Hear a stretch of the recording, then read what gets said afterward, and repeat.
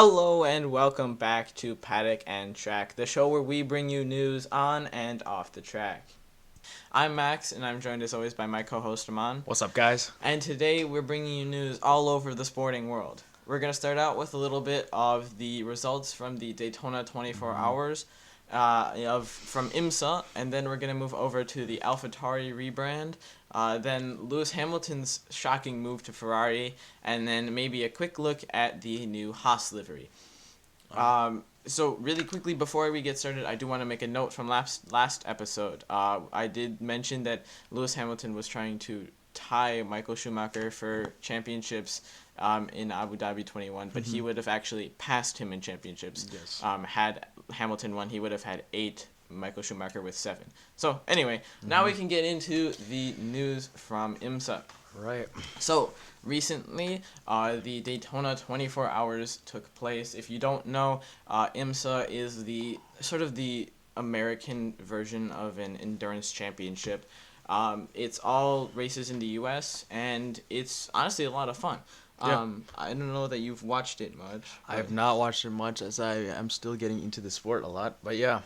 Yeah, so the Daytona 24 is a very exciting race. It takes place at the Daytona International Speedway in Daytona Beach, Florida, and it was unseasonably warm, although Florida is always warm. Of course. But it was many of the teams and the drivers were saying that it was very warm for this race, which did affect the initial performance of the cars, as we saw. So, starting out the race, everyone was saying the Cadillacs were the car to beat. That was known because of their naturally aspirated engine, which gives them a little bit more of an advantage in hotter temperatures compared to the turbocharged engines that cars like the Porsches have. Yes. So that helped them out initially during those hot temperatures, but once they got to the night, we really see the Cadillac start to struggle. So initially, the Cadillac was flying. They had so much pace and so much time over everyone else. But as we got into the night, the Porsche started to do better and better. Unfortunately, so the number 6 and the number 7 Porsches are the 2 Porsche factory teams, which means that they're officially sponsored by Porsche. They come directly from the Porsche factory. So the number 6 car had a couple penalties placed on it for they were incorrectly using their hybrid deploy, which these GTP cars, as they are now known, they have a hybrid system, and similar to Formula 1, they have limits to how much they can use it, and the number 6 Porsche car was using it more than what the IMSA standards are, so they were penalized for a little bit. They had to stop in the pit lane for longer than they would have normally. Yep. So that really hurt their race, but fortunately for Porsche, the number 7 car did very well. Driven by Felipe Nasr, Matt Campbell, Joseph Newgarden, the winner of the previous year's Indy 500, and Dane Cameron, the 4 drivers for that team. They were able to have a lot of success, honestly. As I said, during the night, they did very well. Yep. Yeah, they did. And they got very lucky in the morning, narrowly beating out the Whelen Cadillac, driven by Tom Blomqvist, Pipo Derani, and Jack Aitken. All 3 of those drivers were very fast, but also the fact that they only have 3 drivers kind of gave them a disadvantage. Yeah. The drivers can only drive for so long, and it's very fatiguing to be in a car for that long doing the same thing over and over again for hours on hours. So having a 4-driver team is very nice. However, the number 31 Wheeling Cadillac only has a 3-driver team. Yeah, that's definitely will get them with less energy at the end, and that's definitely would end in a close race where they would eventually run out of steam. And Pipo Derani even mentioned, he was like, I can get in the car, but I really don't want to. Yeah. Right at the end there, he was like, if Tom can finish this race, I want him to finish the race. Really what it came down to for the Cadillac and the Porsche leading the race was the last pit stop that they took. Yeah. Very close to the end for these cars, but of course, these GTP cars with their hybrid system, when they pit, they need to reload sort of their energy, which means they need to sit there for a while. But in that last pit stop, the Porsche had more energy going in compared to the Cadillac, so they did not have to sit and wait for as long, which allowed them to get a bit of a jump on the Cadillac and pass them in the pit lane with about 30-ish minutes left. It was bad for the Cadillac, of course, and I thought that maybe they could catch up to that Porsche. They were really close a couple of times, and Tom Blomqvist is an amazing driver, but they just could not do it this time. We'll see, because Pipo Derani is the reigning champion. Yep. He is the defending champion, so we'll see how they can do throughout the rest of the season. But I think this race proved well for the Cadillac, but I think they could see improvements. They definitely could. Yep. Moving down the order, we did see the return of Jordan Taylor as well as his brother Ricky Taylor, racing for their dad's team, Wayne Taylor Racing with Andretti Motorsport in the Acura. They finished second place, which is not bad, or sorry, third place, which is not a terrible result for them. Yep. Their sister car, the other Acura, and their other one, it was the blue colored car. If you watch the race, you'll see that they had electrical issues during the late hours, and they were not able to fix it. It was really devastating for them, honestly, because they had been running a pretty decent race. So seeing those issues, it was not good for them, of course. Otherwise, down the rest of the GTP field, not entirely surprising race. For them, the Porsche the other Porsche teams, the customer teams, they were kind of okay race for them, and the BMWs did not have a good race. Then if we move down to LMP2, a very nice start to the season. Yes. For Connor Zilisch, the 17-year-old driver, fresh from the MX-5 Cup, racing in LMP2 for the Era Motorsport team. Amazing, obviously a great first race for him, coming in first. That's amazing. He's got a bright future ahead of him, for that matter. Yeah. And I think the Era Motorsport team will be very happy to have him on board. Yeah. Otherwise, looking down the field, in second place was the CrowdStrike Racing team. Pretty decent result for them. They were running pretty solidly for the whole race. Not pretty much flawless, honestly, for most of the race.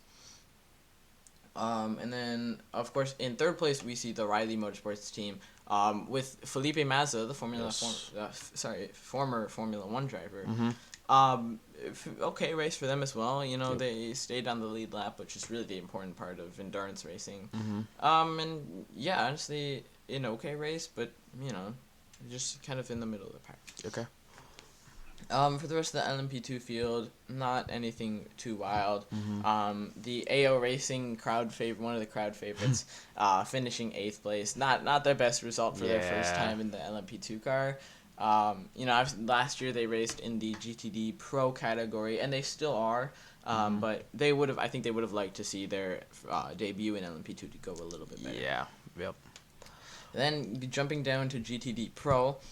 In first place was the Risi Competizione Ferrari 296. Of course, the 296 is new this year for IMSA, which is very interesting to see that clearly it is a good car. Finishing first in GTD Pro and second in GTD. And for those of you that don't know, the GTD Pro and the GTD cars are the same.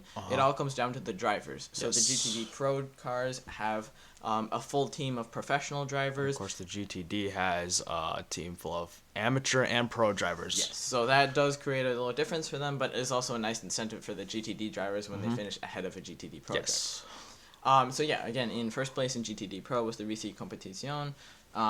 A really nice drive for them. Really solid all around. Really nothing to say for them. They just had a very solid race. And then second place, again, another crowd favorite, the AO Racing Porsche 911 GT3R. Rexy. Everyone loves him. One of my personal favorites. Yeah, everyone loves him. All the kids love him. They drove a good race, though. Yeah. They managed to get back on the lead lap after a late safety car. Yes. Really, honestly, just a solid race for them. Although they qualified on pole, and we would have liked to see them do a bit better, the Lexus was a lot faster than them at the start, passing them almost immediately. But still, a very solid race for them. Coming in second place is nothing to laugh at. Yep. And then, really quick, below them actually finished a GTD car. So before we even get to third place in GTD Pro was the first place in GTD. The Windward Racing Mercedes-AMG GT3 finishing in first. A very nice drive for them. You know, you saw, if you were watching the end of the race, you might have seen Daniel Morad. He was in the car at that time, and just the emotion coming over him. That's really that's what this is about. You know, I think, and yeah, it's a very good race from them. Very solid, very well run. I think it was a good race for them. Yeah. Behind them is the AF Course. Again, GTD class was the AF Course Ferrari 296 GT3 again. Again, clearly the 296 has to be a pretty solid race car, yeah. Yeah. As we can see, they finished very well. Yes. And then in third place now, jumping back to GTD Pro, this is a little confusing, so just stick with us here. But third place in GTD Pro was the Paul Miller Racing BMW. It was kind of heartbreaking for them. They had been running second for a while, and then they came in to change brakes, and they messed them up the first time. They had to come back. It really messed up their race. They were running really well, and then this pit stops kind of... Yeah, not only did they do that, they finished below 2 GTD drivers as well. Yeah, it's not a great as a professional driver. Then a couple more GTD cars, and then we end up back into a couple of GTD Pro cars. The Corvettes in this race were not great. They suffered a couple of issues that they had to fix, so that was kind of not great for them, but... just kind of an okay race for the debut of the Pratt Miller team racing the Corvettes. As well as the Ford Mustangs. So Ford's return to this kind of endurance racing, it went okay as their cars saw some success, but they also saw some problems such as the trunk almost coming off on both of their cars. Wow. Having to tape those back down. It's not something you want to see in your debut. But just kind of not the best debut that they would have been looking for. And then, so now we kind of start to see, as we get lower in the positions, of course, we're going to see the cars that we're not able to finish. Yeah. So the Wayne Taylor Racing Acura, as I was saying, the number 10 car, it's terrible for them. They had electrical issues, nothing they could do about that. Really, it was heartbreaking for them, but there was nothing they could do. Yeah. And then the FAF Motorsports GTD Pro car, honestly, it's terrible for them. I have liked the FAF team. They have some really solid drivers with them. Yep. But they just switched from a McLaren. They just started racing the McLaren 720S this year. Last year they were running the Porsche 911 GT3. So they did not get to start development as early as some of the other teams, which I think definitely you could see that hindering them. But they ran a pretty solid race while they were able to run, but just mechanical problems, they weren't able to fix it, so it sucks for them. It's ruthless in the sports world. Definitely. And then the LMP2 Sean Creech Motorsport in the only chassis that is not an Oreca chassis. In the LMP2 field, all of the chassis are pretty much the same. They all have one manufacturer for the most part. They have the Oreca chassis. But the one team that does not is the Ligier, is the manufacturer for Sean Creech. It's not great for them. They had problems. They couldn't finish. Yeah, well, you can see how that can affect them. And then the Cadillac Racing, the GTP, the number 1 car for Cadillac, it was bad for them. They were running so well for so long in this race, and then just late problems. It was heartbreaking. Yeah. Then we see another terrible story. The Vassar Sullivan Lexus from GTD Pro. It was so sad to see. Early in the race, they had a big crash with an LMP2 car. Basically, the whole front end was taken off almost. They towed it back to the pit lane. The guys in the garage managed somehow, I don't know how, but they managed to fix that car up in really not that much time and get it back out onto the track. Because if you don't know, in endurance racing, you can do this kind of thing. You can bring your car and you can fix it up and then just put it back out on track. Yep. You're going to be a lot of laps down, but you at least get the data. You get to see what your car is like. So They were able to fix it up, but late into the race, about hour 16. Was overheating issues? Was it? Yeah, they had was. problems. They weren't able to fix it. They had to bring the car in. They were done. Mm-hmm. Then, the Gradient Racing NSX. It sucks for them. It's a mostly female team for them. You know, they did pretty well. They were doing pretty good for us during the night, especially, but just problems for them. Then we see the other heartbreak of this story is the second Vassar Sullivan team. The Lexus running in GTD. Very late into the race. In the morning, they are coming out of the pits and the car just on fire. Just a poor outing for Vassar Sullivan. The defending champions in GTD Pro, and it was not their race. Yep. You know, the car for the GTD car, they came out of the pit lane. There was just fire. Smoke was coming out. The fire wasn't huge, but it was on fire. Yeah, it was. And it ate into the electronics. It was just not great for them. It was a mess. Yeah. Yeah. So, but otherwise, the Daytona 24, it was a great race to watch. Yeah. If you want to watch it, it is, I believe, on YouTube. Yep, go check that out. I believe IMSA is posting it in a couple different parts, so you should be able to see that.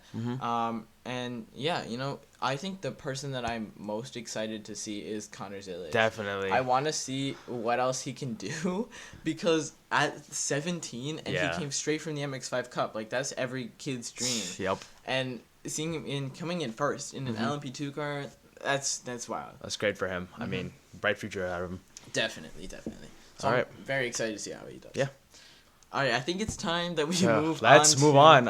Okay, so last episode we were talking about what AlphaTauri could be rebranding to, and we talked about how Cash App, Visa, they're all involved with it. Well, they got it done, and you know what it's called?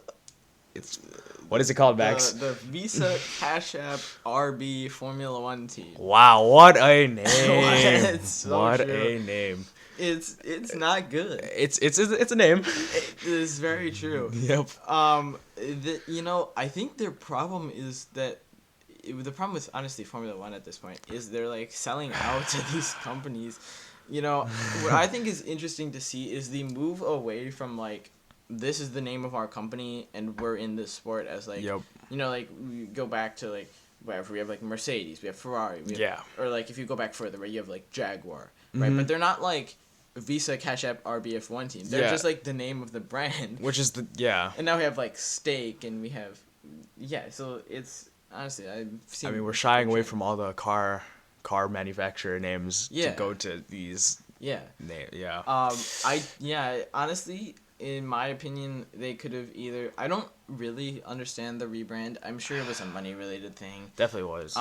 But I think most people in the F1 community would agree that going back to Toro Rosso, or even just leaving it as AlphaTauri at this point, would have been a lot better than this. I don't know. What's your thoughts? I feel like that now, like, some of these like lower end teams are just like way to like post your brand, like the way it's just like, we have a car in F1, like, notice us, like that's what I think that's what they're trying to do here, and which I don't like. I mean, it's not great for the sport, as you know, like AlphaTauri, now Visa, Cash App, RB team, they're very low. They're gonna be very low in the standings for years to come. But I'm saying, that's not a good look. Yeah, no, it's not great for them. But I don't know. Maybe a rebrand is what AlphaTauri needs. Maybe. Maybe not the one we were hoping for. Yeah, but we'll see. Because I don't know that they're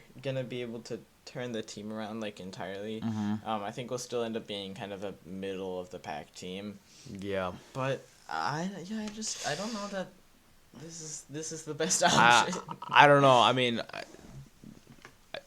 are they supposed to like stay under Red Bull? Like, I think so. I think that's what they have to do. I believe the RB is essentially Red Bull. Yes, because they kept the bull in their logo. Yeah. You know, I don't know. I think the problem is that early on we heard news that you know, Adidas and Hugo Boss were in the runnings. I mean, that would have been great. Yeah, it would have been nice, but I'm sure Visa and Cash App were able to pool a ton of money together. Definitely had the better offer. And then so I'm sure they had a lot more money going for them.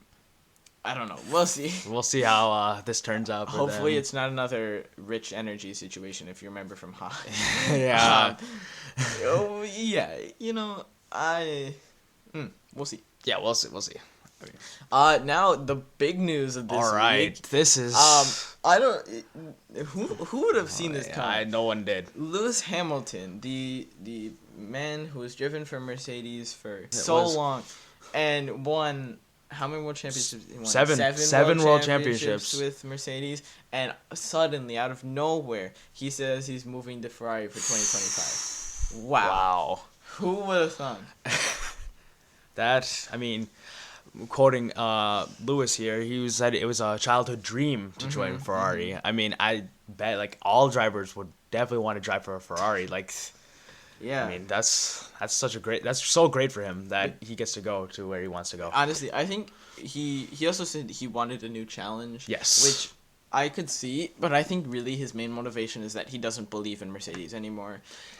As you saw, he lost faith in the car that they made, and I mean, we could have saw this coming, but he didn't actually like want to believe that he was actually going to leave. But yeah, I think it's definitely a good thing for him, just being able to move away and get something different. But you know who it really makes it awkward for is Carlos Sainz.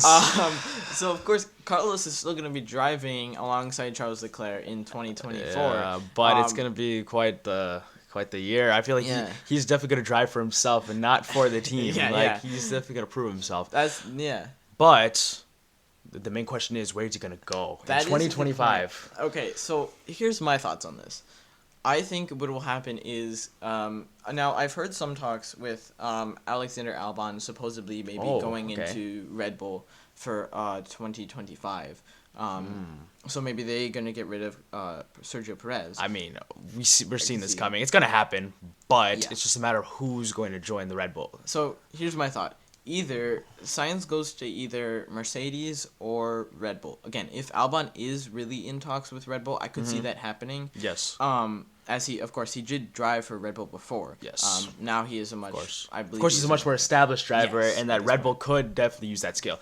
For sure. Another thing is, I think Carlos Sainz might join a team, either Mercedes, Red Bull, or any of this. But I think in 2026 he will join that Audi team that is coming in. Yes, I agree with you on that. Yeah. I think he'll probably end up being on like a 1-year contract and then get into Audi. Yes. You know, of course, his dad does have somewhat of a connection to Audi. Does, yeah. I don't know if that will help him, but maybe because of course in the Dakar rally his dad did drive a Audi.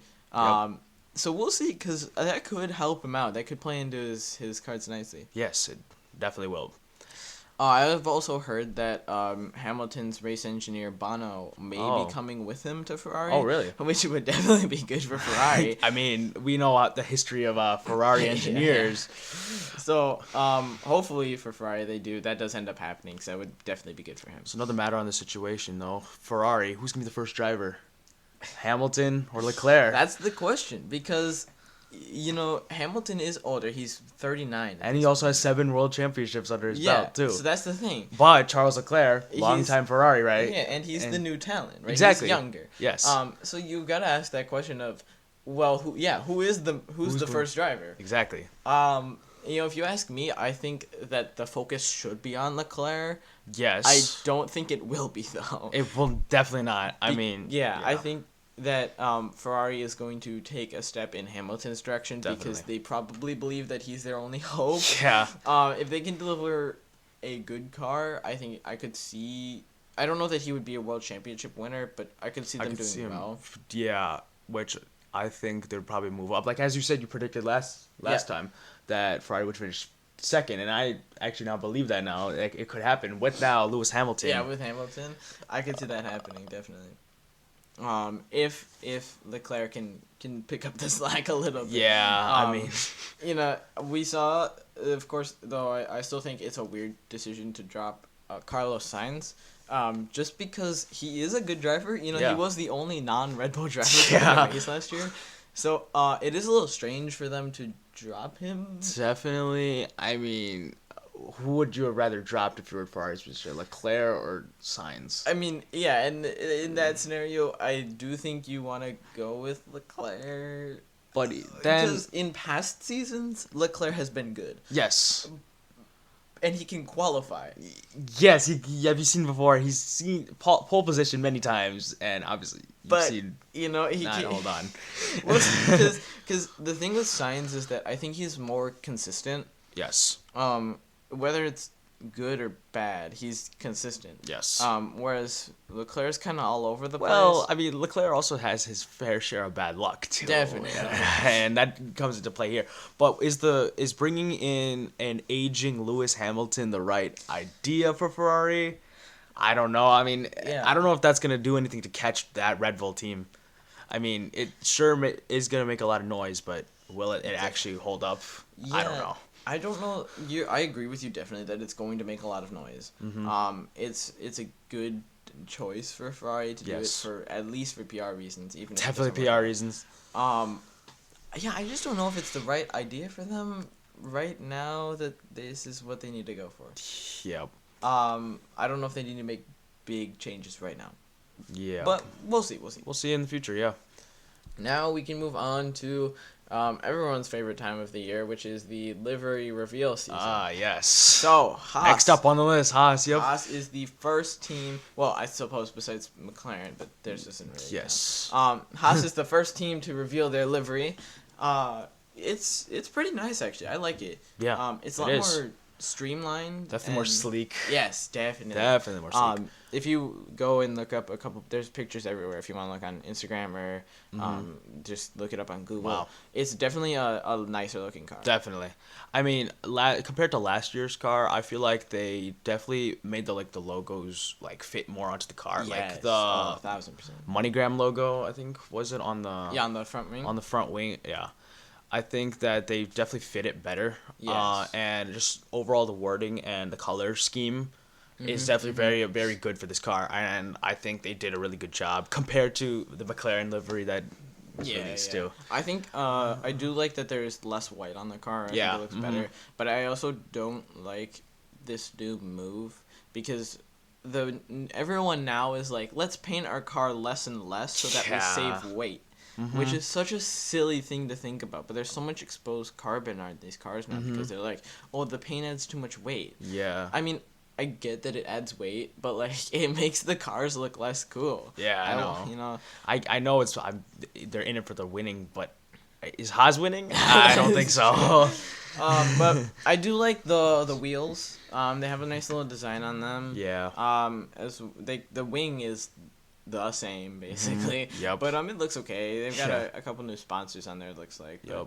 But, yeah, it's a good looking car. I think. Yeah. I think so. We'll see if it's fast. Yeah. But yeah, it's a good looking car. Yeah, it is great. It's a good looking car. I mean, will this help them win a race though? But I still think that at least you're gonna win in style, but win in style, but finish last in style. And then of course we're putting this out on Sunday, the 4th of February. Yes. So tomorrow on the 5th will be the launch for the Williams and the Stake cars. We'll definitely be covering that in the next episode after that. Hopefully. Yes. But I'm excited mostly for Stake because it's new. Oh yeah, just see what they got. Yeah, because I want to see what I know it's gonna be green. I'm sure green car. They've been posting so many teasers on Instagram. Yeah, it's like they posted something and they were asking ChatGPT what do these things have in common? It was a snake, an olive, and the new car. So what type of green? Okay, it's definitely gotta be green. I don't know what type of green though. That's true. I mean, I think it's want it to be some a neon I green. think it's going it's to be a neon green. Oh my god, that's my guess. But it's very interesting. It's very exciting. To see what they're gonna do, being a new team. Yes. Well, I guess kind of a new team. But then also Williams coming out. Yep. I don't know what to think about Williams. I think it's gonna be very similar to last year. Did they have teasers? They did, right? They had this one clip of Albon looking at it on a computer, and he was like, "It looks similar to last year's, but it looks fast." And I'm like, "Okay, well, okay, I don't know about that." But he seemed to like it, but that could just be like a marketing thing. So Yeah, you bro, never know definitely. with these things. Yeah. But so I'm hopeful that it'll be cool, but I don't think it's gonna be that cool. Yeah. Yeah, definitely. The other thing I'm worried about is Red Bull. I'm worried it's gonna be the exact same. The past 2 years, well, really for a while now, the Red Bull car has been essentially the same livery. Yeah. So I'm Wait, what was I think their it's gonna like be about good the same. livery from last year? Was it the Vegas livery or which The one Vegas was it? livery The was yeah, nice. it was pretty good. Yeah, that one was pretty nice. Yes. But they've had a couple okay special liveries. Yes. But I think they could use a full blown like, here's our livery. It's pretty cool. Like Yes. everyone loves in Japan. I believe it was 2021. I could be wrong in that, but I believe it was 2021. Their car was a white car with like red circles by Wow. their numbers. It Uh-huh. was so nice looking. Wow. Everybody loved it. They have not done anything like that I mean- since.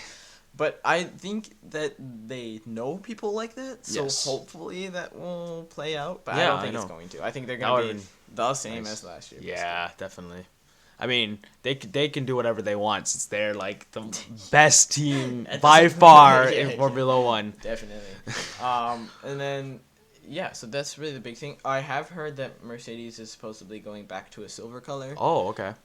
Personally, I'm not a big fan of Yeah. that. I like the black. I think it looks nice. It looks sleek. Yes. It's okay though. Yeah. It doesn't bother me too Yeah. much. Of course, if you go back to their 2022 car, it was a silver car and it was terrible. So I don't know how this is gonna play out for them. But maybe they'll have some success. We'll see. And then otherwise, the Ferrari car, I assume will be red. Yeah. Not very shocking there. It's probably gonna be pretty similar to last year's car. I mean, they even said it. Just get ready to drive in red. I'm like, oh yeah, okay, Yeah, for yeah, sure. of course. And then otherwise, honestly, I think most of these cars will be somewhat similar to last Yeah, season's. not much changes going there. Although I don't know what will happen with the Visa Cash App RB. Oh. I don't know what happened with them because their logo has blue Yes. and it's like with white text, but I don't really know what will come out of that. you I know? mean, they could it's either blue and white or white and blue, but Yeah, I mean, if you go with the blue, it's much more of a, it's much more like a Toro Rosso feel. Yes. Of course, Toro Rosso is more of a blue with a red, Mhm. but they still got the blue, so it feels more like. but Toro also Rosso. they have to put the green for the Cash App as Yeah, which well. I just don't like. That part is so Yeah, random. yeah. Like the Cash App logo, of course, if you haven't seen it, Mhm. it is a green box with like a white dollar sign in it. It looks weird compared to the Yeah. green. I don't know how that's gonna fit into the design, Mhm. but I don't think it will fit in very well. If Not I'm being really. honest. Well, I mean, I feel like it won't be like the worst one out there. Yeah, But I think it's gonna be just too basic for I agree definitely. that car. Yeah, I don't think it will be a big change. Well, it'll be a big change, but like I don't think it'll be cool Yes. Yes. looking. The other one, Alpine, I'm sure, of course, will go with their pink car at the beginning of the season. Yes. Because BWT is very strange. I mean, these and these like- Alpine liveries. I mean, they're good. they're okay. They're okay. I Yeah. just don't like that BWT makes everyone have pink cars. Yeah. Yeah. It's kind of silly, but whatever. What else here? The Aston Martin car, I won't be very surprised. It's probably just gonna be like green. Yep. And that's gonna be it. Yep. And then we already seen the McLaren, so that's not anything. Mhm. Crazy. If you want to know the launch dates, I'll give them to you really quick. So the Haas already has come out, of course, but it was the February 2nd. The Stake F1 team, Yes. is February 5th. Williams is February 5th. The Alpine will be February 7th. The Visa Cash App RB will be Yes. February 8th. Aston Martin is the 12th. Ferrari is the 13th. Mercedes is the 14th.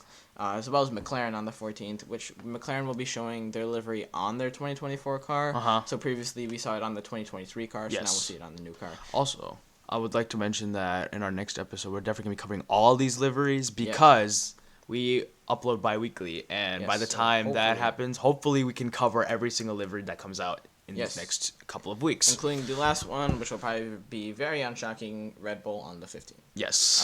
So, yeah, honestly, hopefully we'll get some cool ones. Yeah. We'll get some exciting action, as well as some cool, maybe some cool special liveries. We'll see. Yes. I don't know, but yeah. Yeah. Cool. All right, guys. Well, thank you for joining us today on Paddock and Track. I hope you have a great rest of your day. And as always, I'm Max. And I'm Amaan. And we'll see you for the next one.